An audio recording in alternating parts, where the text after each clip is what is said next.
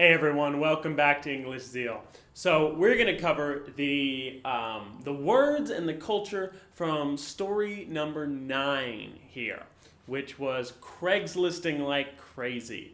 This was a fun one. So we have 15 words or phrases that we're going to go over and then talk about the story a little bit. Let's go ahead and start. Number 1. In the very beginning, he said, we've been trying to get rid of a bunch of stuff. We've been trying to get rid of. This is a pretty simple one. Just wanted to make sure that everyone understands. When we say get rid of something, that means not have it anymore. I say I'm trying to get rid of it. That means I'm trying to sell it or throw it away or give it to someone. It's just saying I don't want to have it anymore. When I say I'm trying to get rid of it, or we've been trying to get rid of a bunch of stuff. That just means we've been selling it, we've been giving it away, we've been donating it to charity, just anything. We just want to get rid of it, to not own it anymore. All right, number 2. Say, here, quick to the title of the story again. Say, we've been Craigslisting like crazy. We've been Craigslisting like crazy. Now, it might be a weird thing, but it's a common thing in the US. We have a website that's called Craigslist, and it's like a newspaper.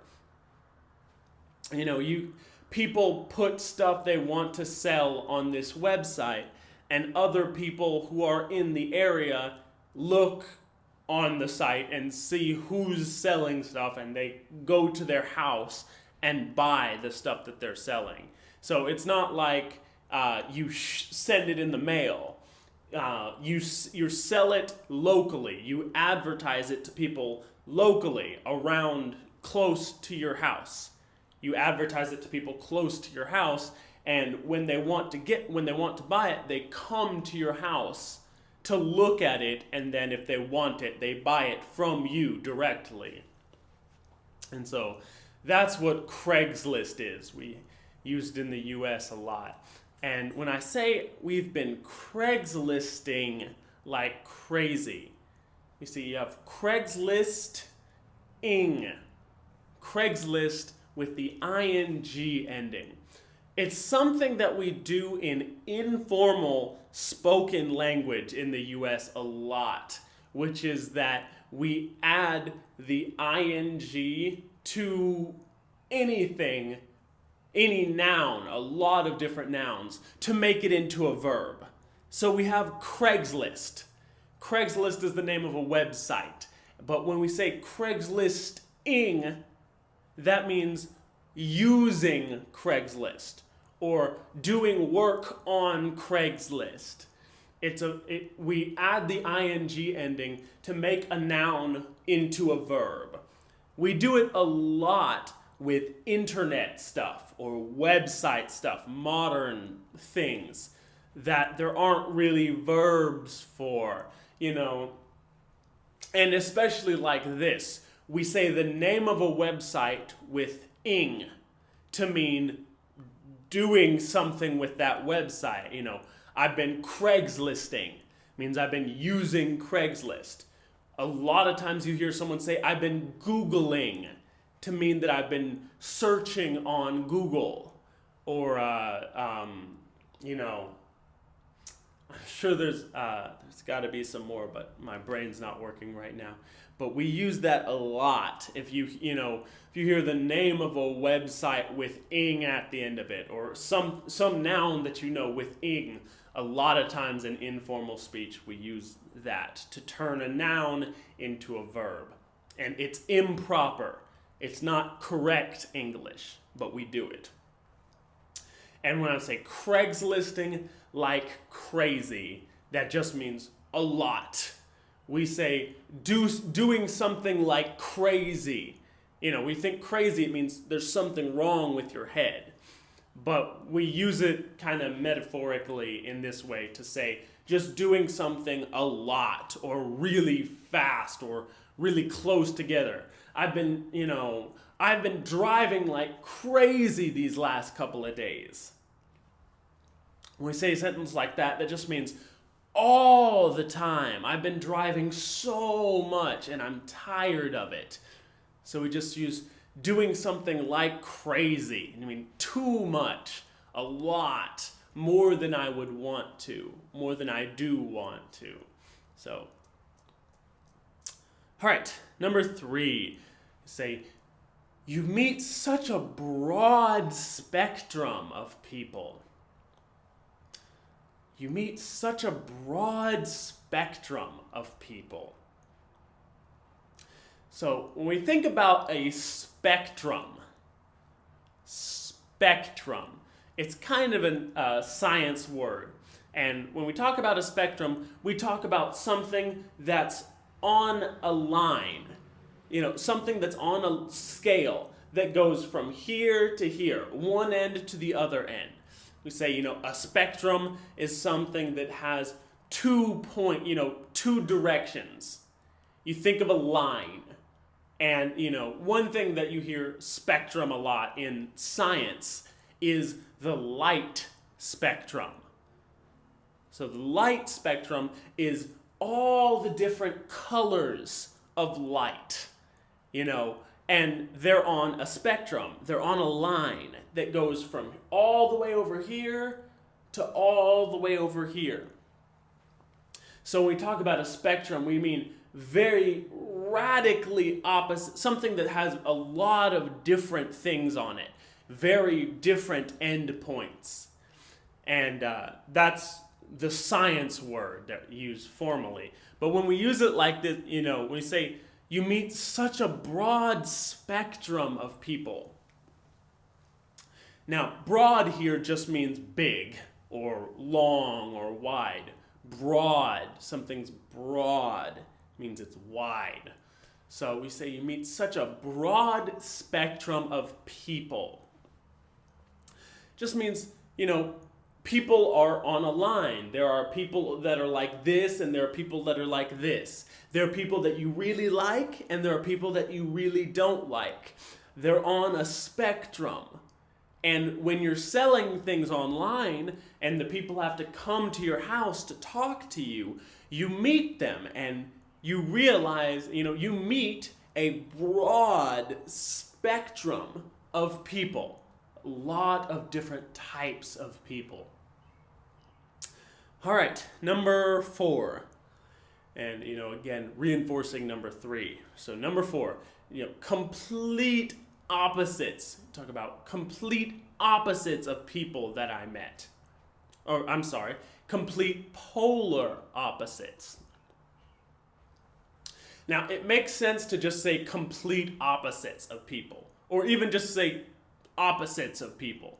We talk about opposites, we say, light and dark, they're opposites. Left and right, they're opposites. So, again, we meet opposites of people. That means people that are on this side, people that I like, and people that are on this side, people that I don't like. But the 2 words in front of it, complete, makes it stronger, and polar makes it even stronger. We say complete opposites of people, it's kind of strong, but complete polar opposites of people, it's much stronger. When we talk about polar opposites, things that have poles are, when you think of poles, the easiest thing is a magnet. A magnet. A magnet, we say, has a north and a south pole. And the poles are opposites. The different sides of a magnet are opposites. And we call those different sides of a magnet poles. Poles. And, something else that has poles. The Earth. There's the North Pole at the top of the Earth, and then the South Pole at the bottom of the Earth. They're poles.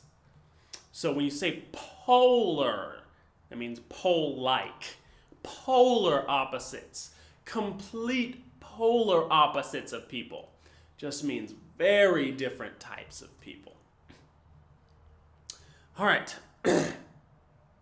Number 5. Say, I couldn't figure out how to get the audio to work. Again, just another quick one. We say figure out. I couldn't figure out. We talk about figuring something out. That just means being able to do it.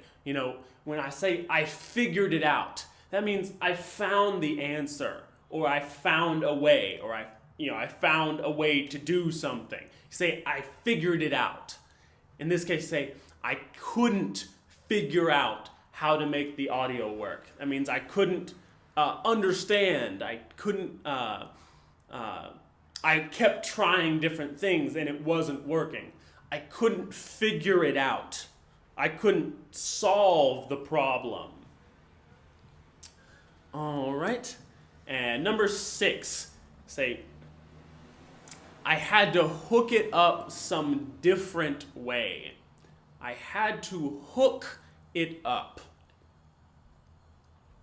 I had to hook it up. Talk about hooking something up. Hook up can mean a lot of different things in English, and I might get into what they are. But what it means here, when we talk about hooking something up, I had to hook it up some different way. That means putting things together is really the general idea of hook it up. In this case, we're talking about cables. You have a TV, and the TV has a bunch of cables that plug in here and here. Plug something into the wall and something in here and up to the TV. A lot of cables. And so when we talk about, you get a TV home, and before you can use it, you have to hook it up. That means plug in all the correct cables into the TV and the wall and everywhere they should go. You have to hook it up. You have to make the connections. The TV, when you get it home, it's not connected to anything.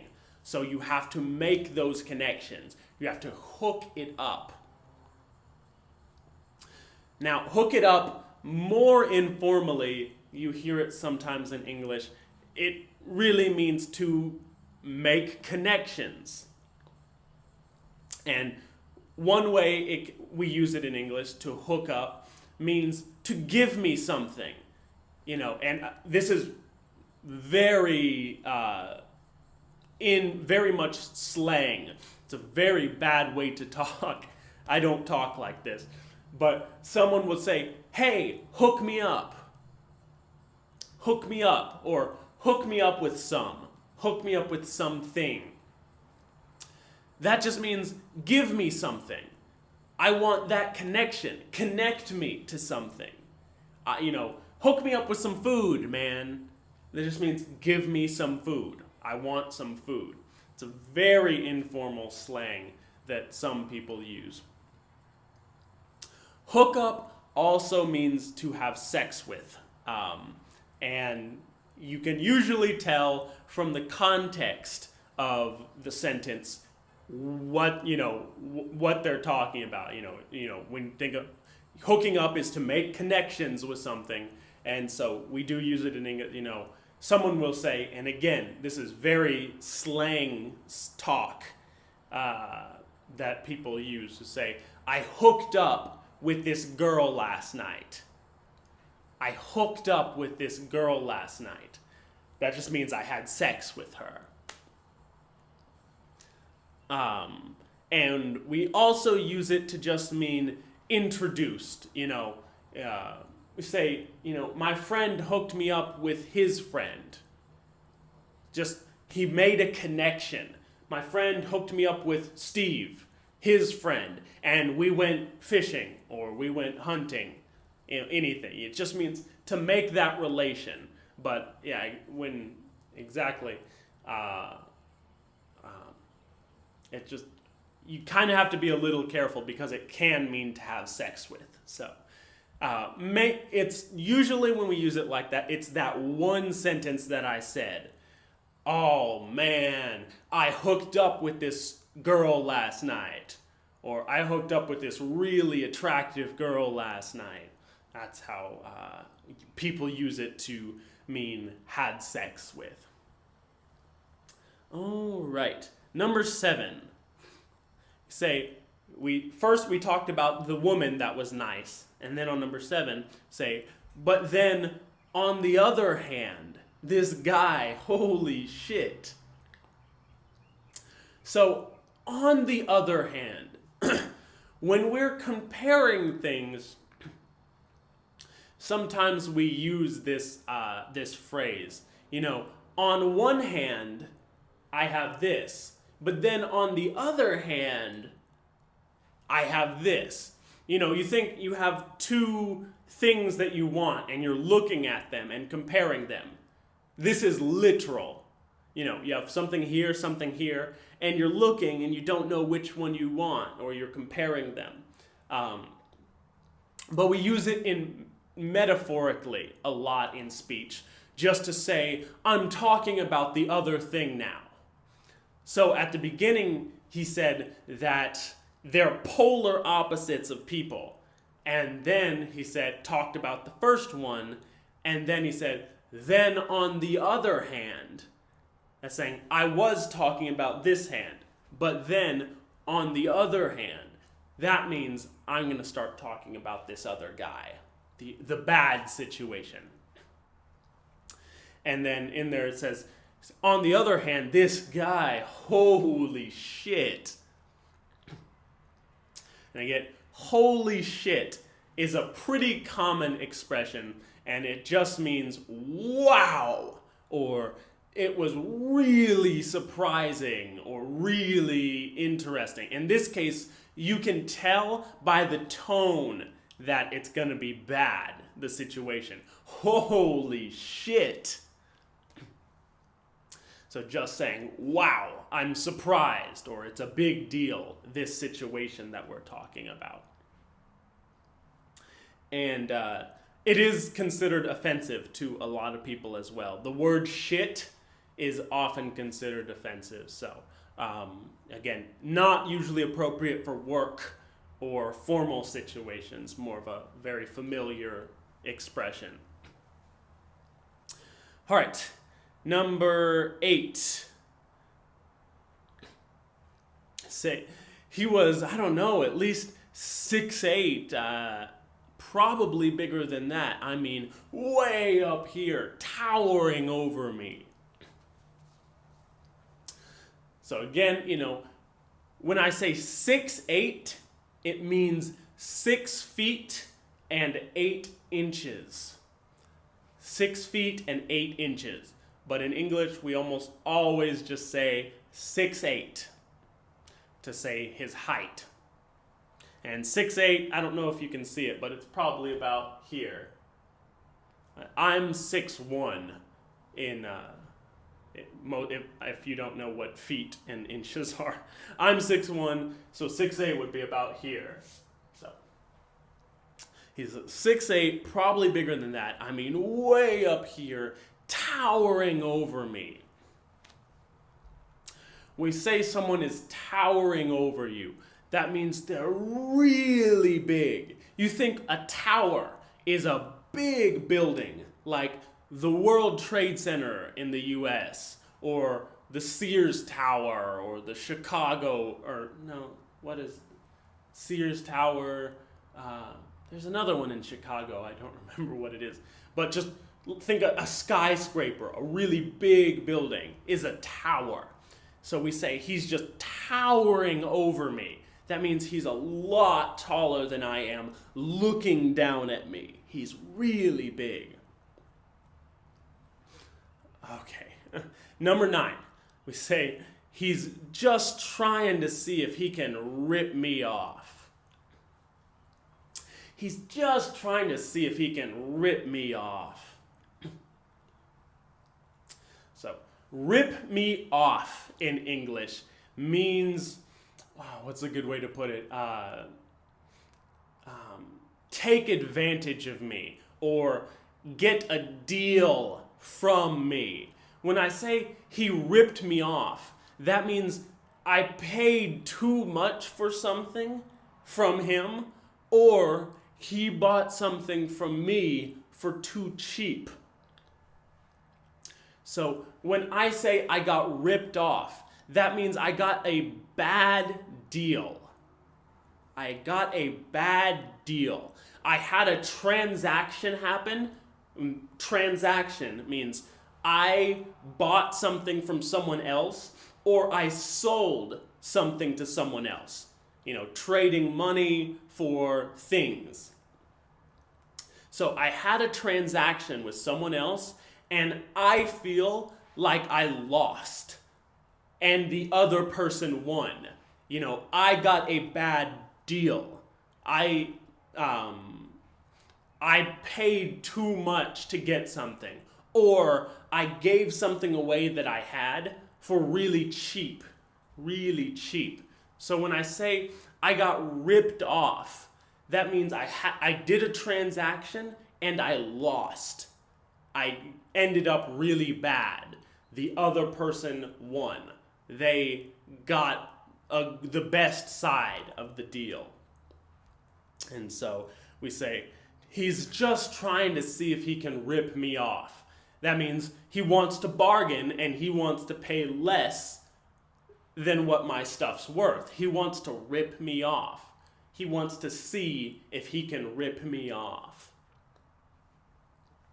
All right, number 10. Say, he's a big guy too, so I don't want to piss him off. All right, he's a big guy too, so I don't want to piss him off. Now you hear piss off a lot in the US. It is offensive, but it's one of the least offensive things. There are a lot of offensive words in English, and piss off is one of it's still considered offensive, but not very offensive. So you hear it a lot.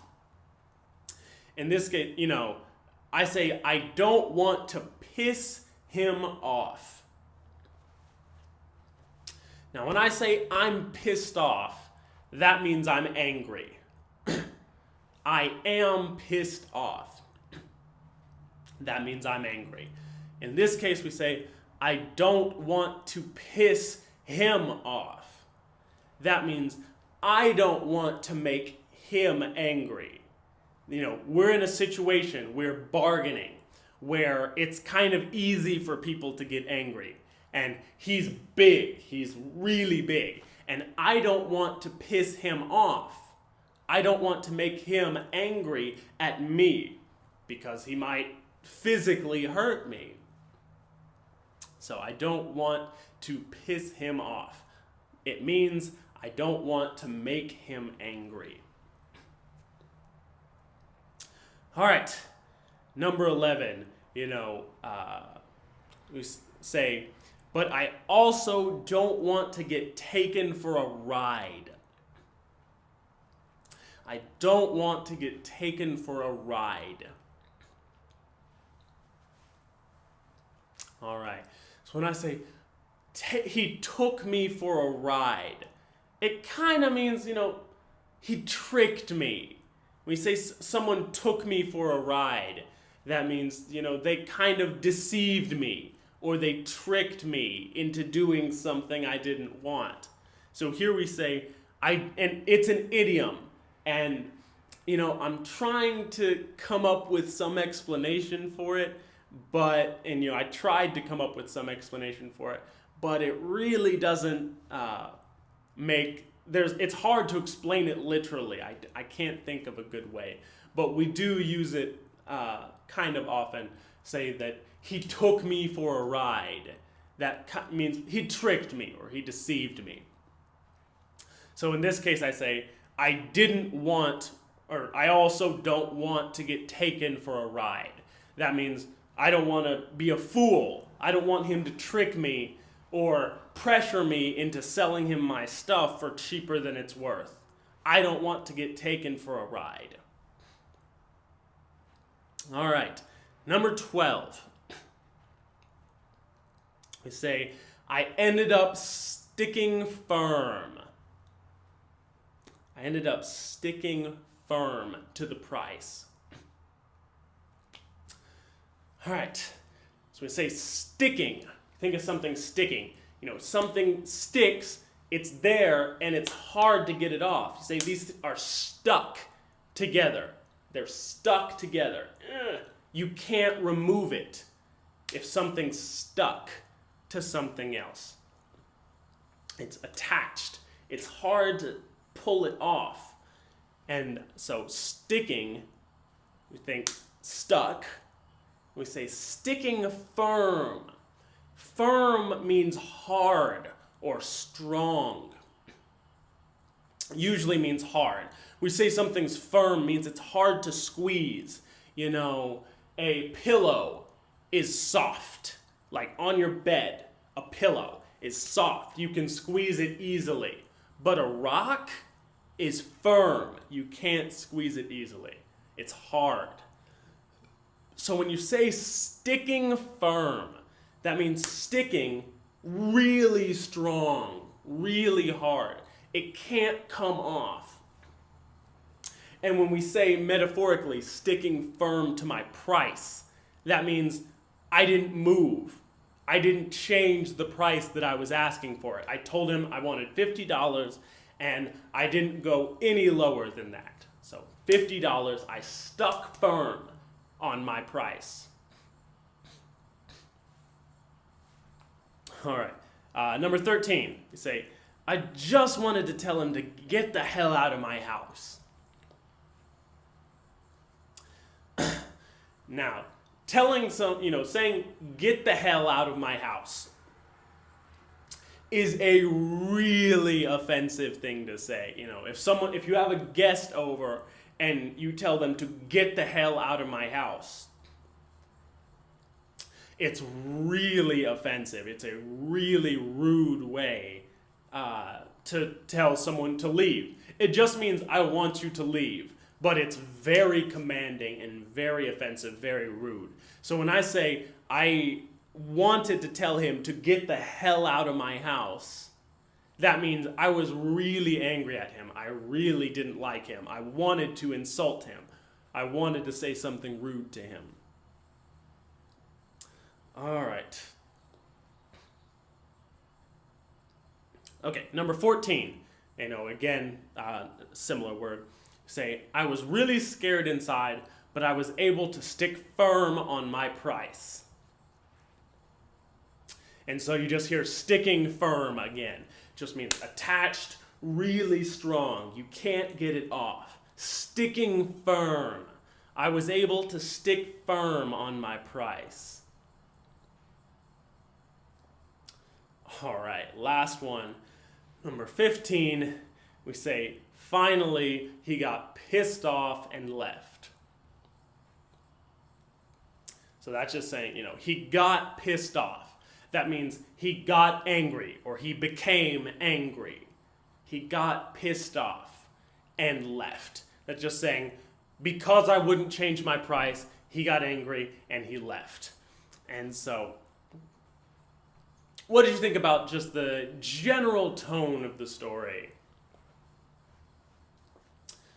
Yeah, it was kind of lighthearted, this one, because it's got the positive part talking about the woman that had a really interesting life and interesting stories, and then the negative part talking about the guy who was really rude and trying to bargain. And I know it's different in a lot of cultures. The idea of bargaining, and bargaining is just someone's want to buy something, someone tells you it's $50, and you say, I'll give you another price.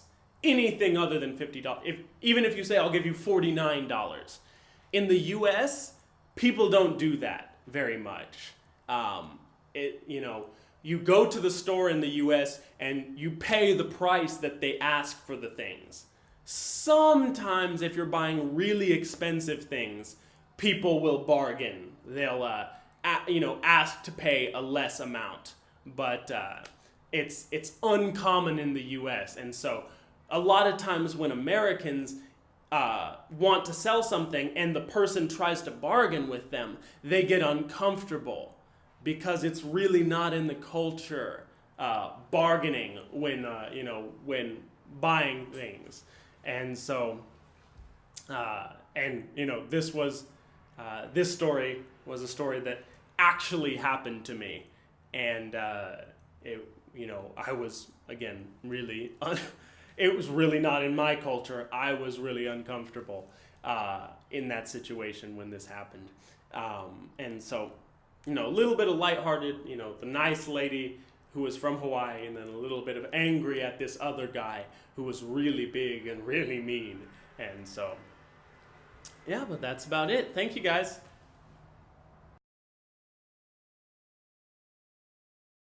Thanks again for joining us here at EnglishZeal.com. If you want more information, you can follow us on Facebook at facebook.com/EnglishZeal, or you can follow us on Twitter at twitter.com/EnglishZeal.